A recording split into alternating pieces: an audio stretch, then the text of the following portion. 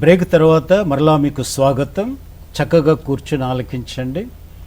మనకు ఈ ముఖ్య అతిథులు ఇచ్చేటటువంటి ప్రశ్నల ద్వారా అనేక విషయాలు మీరు నేర్చుకుంటున్నారు. చాలా సంతోషం.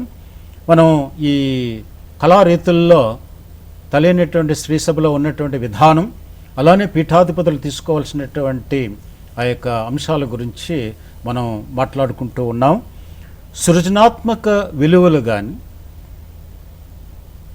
కృతకమైనది కాక ఆధ్యాత్మిక సంపద కలిగి ఉండాలని తెలియనటువంటి శ్రీసభ తెలియపరుస్తూ ఉన్నది. సృజనాత్మకం అంటే మనం ఒక పటం చూసినప్పుడు, ఒక కళారీతి మనం చూసినప్పుడు అది మన మనసును కదిలించాలి.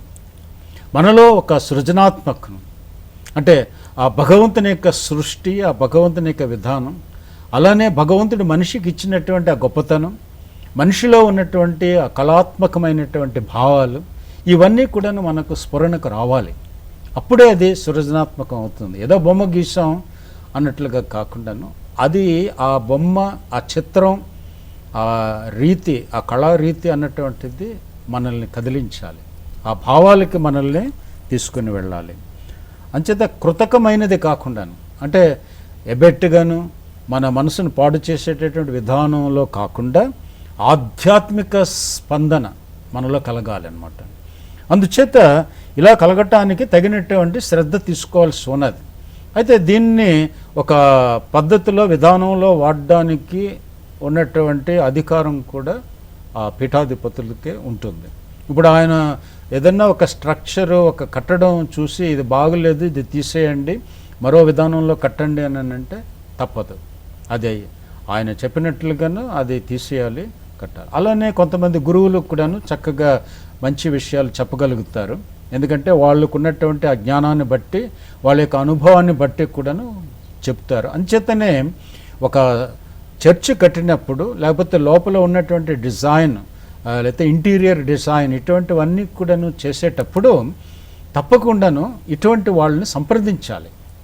పెద్దవాళ్ళని, తర్వాత కళాత్మకమైనటువంటి ఆ యొక్క జ్ఞానం ఉన్నటువంటి వాళ్ళని సంప్రదించి ఇలా బాగుంటుందా అని ఆ చిత్రపటాన్ని చూపించి, ఇది మనం పీఠం మీదకు లేకపోతే ఆ గోడ మీదకు ఎక్కించినప్పుడు ఇది బాగుంటుందా అని సంప్రదించడం అన్నటువంటిది చాలా ఉత్తమం.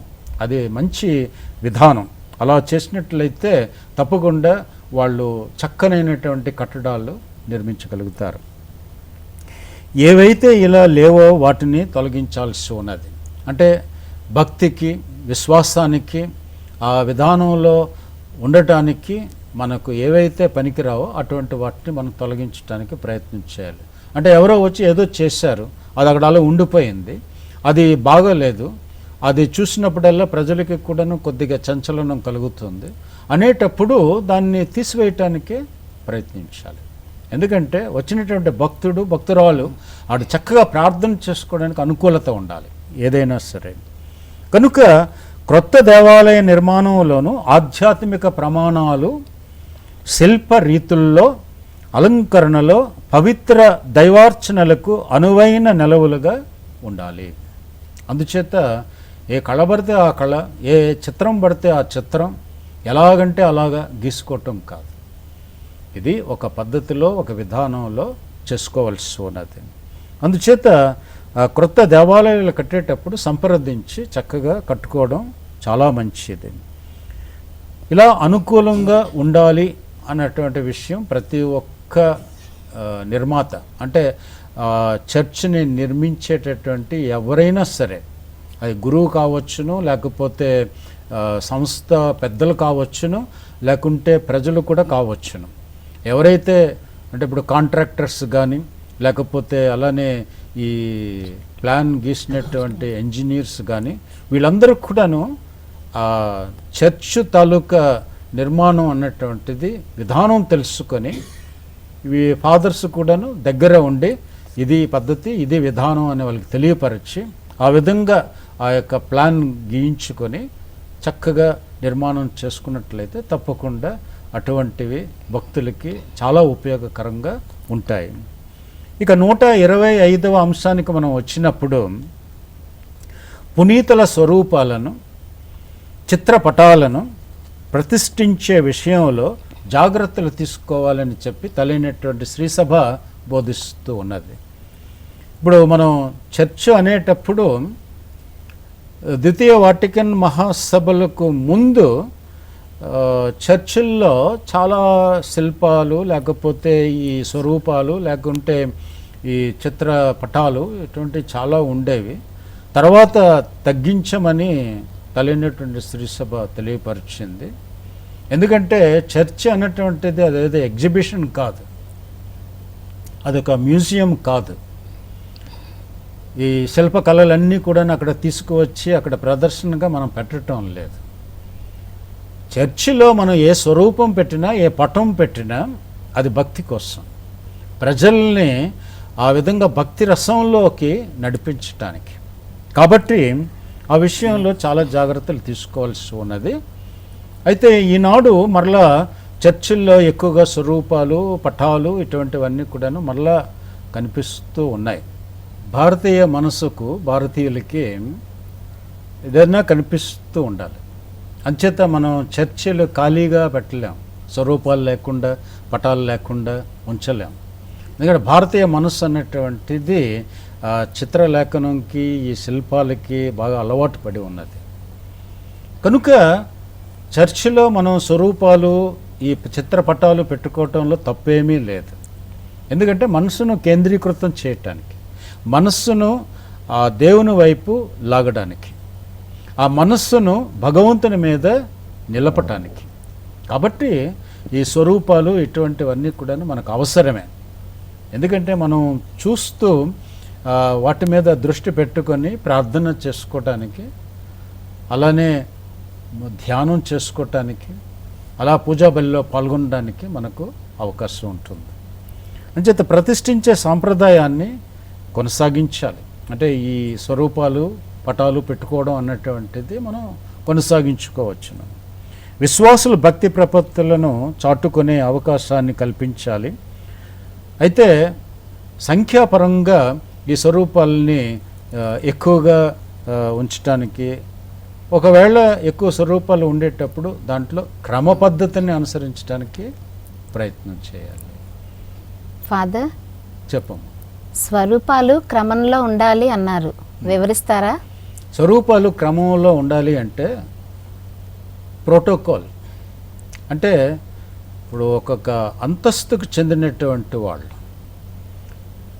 దేవదూతలు కావచ్చును, అలానే పునీతులు కావచ్చును, అలానే క్రీస్తు ప్రభు లేక తండ్రి దేవుడు అన్నటువంటి ఆ స్వరూపం కూడా ఈనాడు పెడుతూ ఉన్నారు అక్కడ. అలానే పవిత్రాత్మ. మనం చర్చిలో ఏదైతే ప్రధానం అనుకున్నామో ఆ ప్రధాన స్థానంలో క్రీస్తు ప్రభు ఉండాలి, దేవుని యొక్క ప్రతిమ ఉండాలి.